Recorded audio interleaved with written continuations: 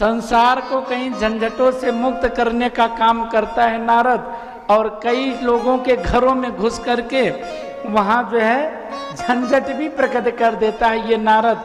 ये इतने प्यार से कह रहा है कि मैया इंतजार कर रही है, कुछ गड़बड़ कर दिया लग रहा है।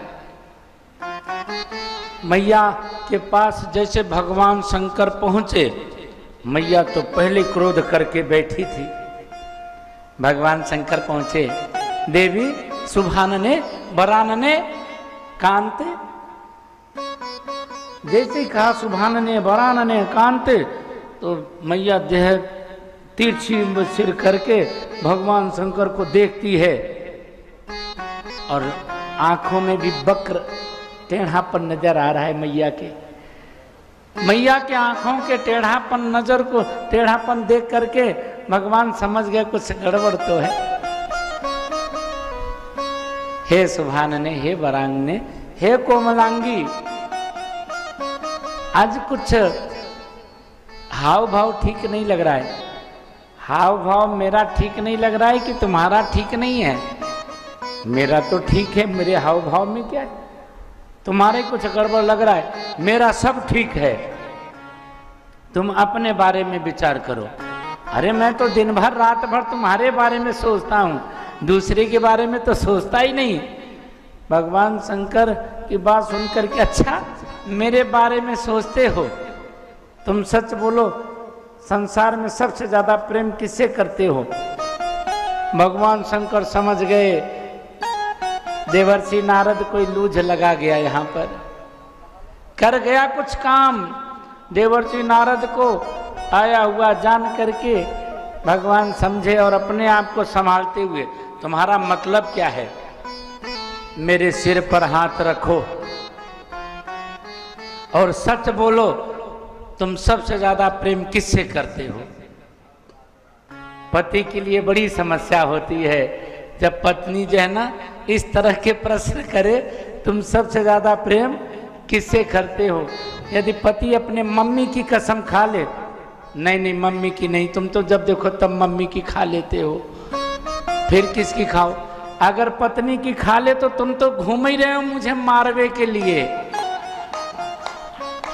तुम तो तैयार ही बैठे मेरी कसम खा खा के मुझे मारने के लिए। रास्ता क्लियर हो जाए तुम्हारा तो मेरी कसम तो खाओगे खाओगे।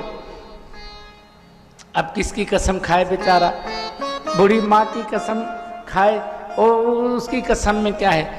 अब बेटे की कसम खाने लगे, बेटे की कसम मत खाना बेटे की कसम मत खाना, मेरी कसम खाओ तो मुझे मारने के लिए, बेटे की कसम मत खाना। अब बेचारा पति कसम खाए तो खाए किसकी खाए? कसम खाने में बड़ी समस्या। भगवान शंकर ने जैसे ही कहा, पार्वती तुम्हारी कसम, मैं तुमसे प्रेम कर, देखो मेरी कसम खा के मत कहना, हाँ सच बताओ तुम प्रेम किससे करते हो? मुझसे नहीं करते।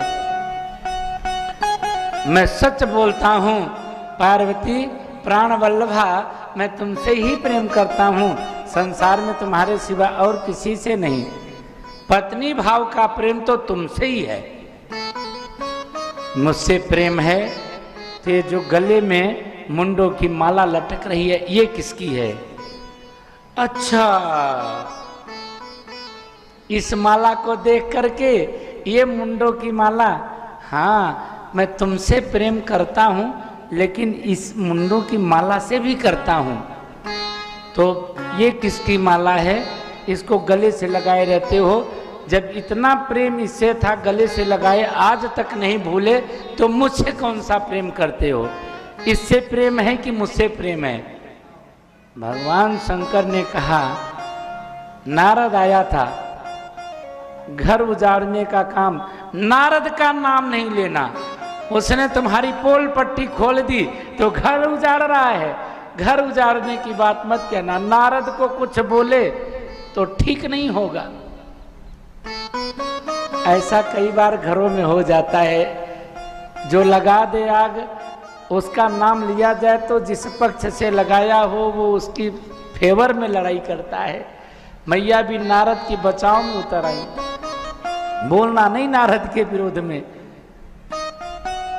सुन करके भगवान शंकर बोले, भैया नारद, खेल तो तुम लंबा कर गए, लेकिन कोई बात नहीं, आज इस खेल का मैं भी पटाक्षेप कर दूंगा।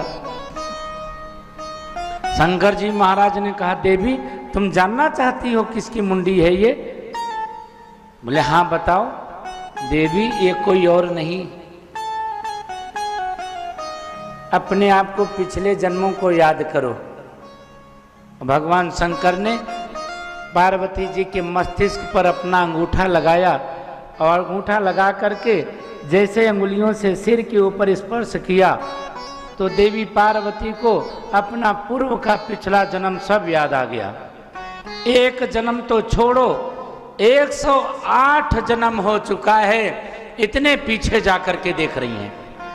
108 जन्मों को पिछला देखा और 108 जन्म देख करके कहती है, मेरे तो कई जन्म हो चुके,